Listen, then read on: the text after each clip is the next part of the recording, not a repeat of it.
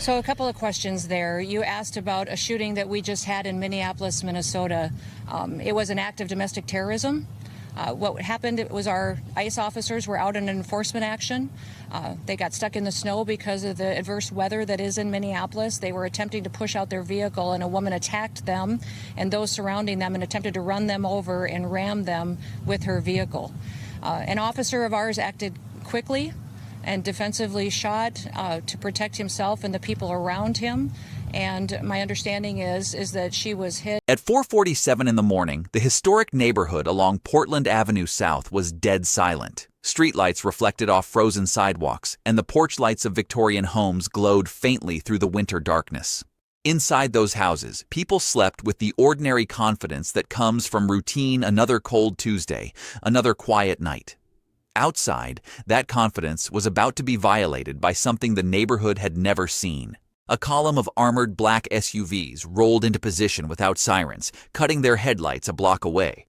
More than 200 federal agents, FBI and immigration enforcement, moved with the synchronized precision of a strike team. They weren't wearing standard patrol uniforms. They wore heavy armor, carried ballistic shields, and used night optics like men expecting war. Their target, according to the transcript, wasn't a cartel safe house in the desert or a gang warehouse on the outskirts. It was a stately private residence with manicured hedges and a freshly shoveled driveway. It was the home of a sitting judge. At 4:52 a.m., the order was given. Flashbangs detonated inside the foyer, and the quiet street woke to shouts, breaking glass, and the unmistakable roar of force being used in a place force was never supposed to visit. "Search warrant!" Voices cut through the chaos, and for a brief moment, it looked like the kind of raid people see in headlines, loud, overwhelming, fast. But the resistance inside the house was instantaneous and terrifying. This wasn't confusion. This wasn't a frightened homeowner stumbling into a hallway. Agents breaching the door were met by armed guards positioned in corridors and stairwells like a private army. The transcript describes them as trained, disciplined, and ready, forming kill zones inside a home that should have contained nothing more threatening than a family's morning routine. Whatever was hidden in that residence, the people inside believed it was worth dying for, and that more than the gunfire, more than the flashbangs is where the story truly begins. Because when a judge lives behind that kind of protection, you have to ask what the protection is really guarding. For years, the residents of Minneapolis had trusted Judge Hassan Dweil, described in the transcript as a pillar of the community, a man who rose from hardship and became a respected voice for fairness and reform. In court, he was the face of order. His robe signaled restraint. His gavel signaled legitimacy. People believe in judges the way they believe in gravity, not because judges are perfect, but because society collapses if the public stops trusting the system that decides who is guilty and who is free. The transcript insists the raid on Portland Avenue South didn't happen by accident. It began exactly 24 hours earlier with a chaotic scene that looked like nothing more than a viral internet video. On the afternoon of January 7th, a patrol unit stopped a vehicle driven by a local woman. Bystanders filmed her yelling that she had rights, that the stop was illegal. The footage hit social media instantly, and the internet did what it always does. It picked a side in seconds, called it harassment, called it abuse, called it another example of power gone wrong. But the camera didn't see what investigators say was in the trunk. When agents opened a cargo panel, the narrative collapsed. Inside, wrapped in heavy plastic, were packages of high-purity narcotics. Next to them sat vacuum-sealed cash millions, according to the transcript, packaged with the kind of care that only comes from professional movement, not accidental possession. This wasn't a civilian having a bad day. This was a courier, someone moving high-value product on a schedule. Under interrogation, the courier didn't crack immediately. But data doesn't need to crack. Data simply reveals. Investigators analyzed travel logs and financial patterns. They mapped movements. They tracked timing. And what they claim to have found is the kind of connection that changes an investigation from a drug case into a corruption case. Delivery schedules aligning with court dockets, transfers coinciding with rulings, money moving in patterns that match decisions being made behind a bench. The transcript cites an astonishing figure: hundreds of millions moving through shell accounts linked to the judge over 5 years, and it paints a picture of a super facilitator, someone whose value wasn't in handling drugs with his own hands, but in using legal authority to create protection for those who did. In this version of events, the judge wasn't a bystander. He wasn't fooled. He wasn't intimidated. He was allegedly on the payroll. Yet even if investigators believed they had identified the head of the snake, they still faced one problem. Where was the venom stored? A house in a residential neighborhood isn't supposed to process tons of product. It isn't supposed to function as a logistics hub, and it certainly isn't supposed to hold what the transcript later claims was found inside. 3 hours before the raid, the transcript says investigators launched thermal imaging drones over the property, looking for heat anomalies, leaks that would suggest machinery, ventilation, underground airflow. What they saw made no sense. The ground behind a detached garage was glowing hot on infrared, with air venting from beneath frozen soil. Not a sewer line. Not a broken pipe, a system. Ventilation for something massive underground.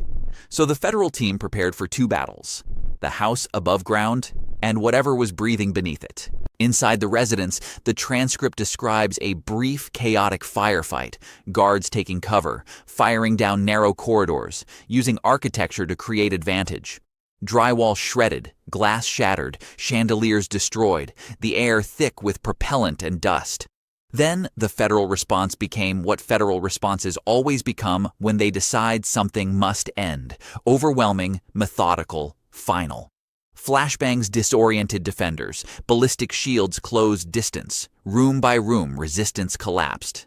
The stated goal, according to the transcript, was not to leave bodies, but to take prisoners. They needed people who could talk.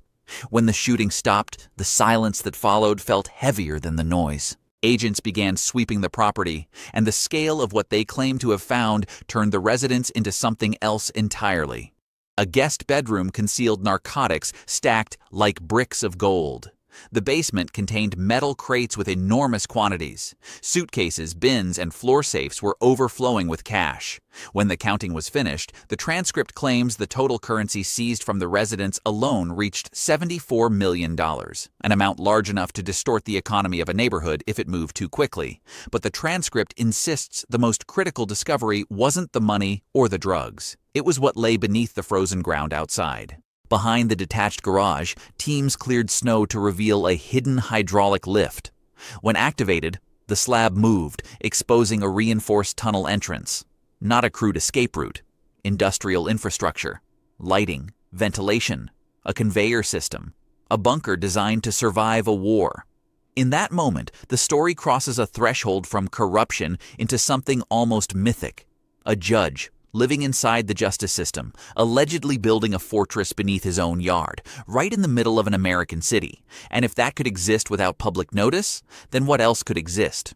While physical evidence was being cataloged, the transcript shifts to a second battle upstairs: cyber investigators seizing encrypted computers from the judge's private study, devices still warm, screens dark, drives spinning, a race against time, keys rotating, kill switches wiping data. Analysts froze the system state and opened a window into what the transcript frames as the true scope: not just inventory in a basement, but a live network tracking shipments across the state. Every data line pointed to one location: the port. The files allegedly contained clearance codes and override protocols used for years, and a list of port officials whose names did not appear publicly, but whose credentials had been used to wave specific containers through.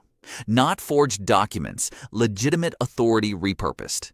The terrifying truth, as the transcript tells it, was that the house was the brain, the tunnel the storage, but the port was the mouth of the beast.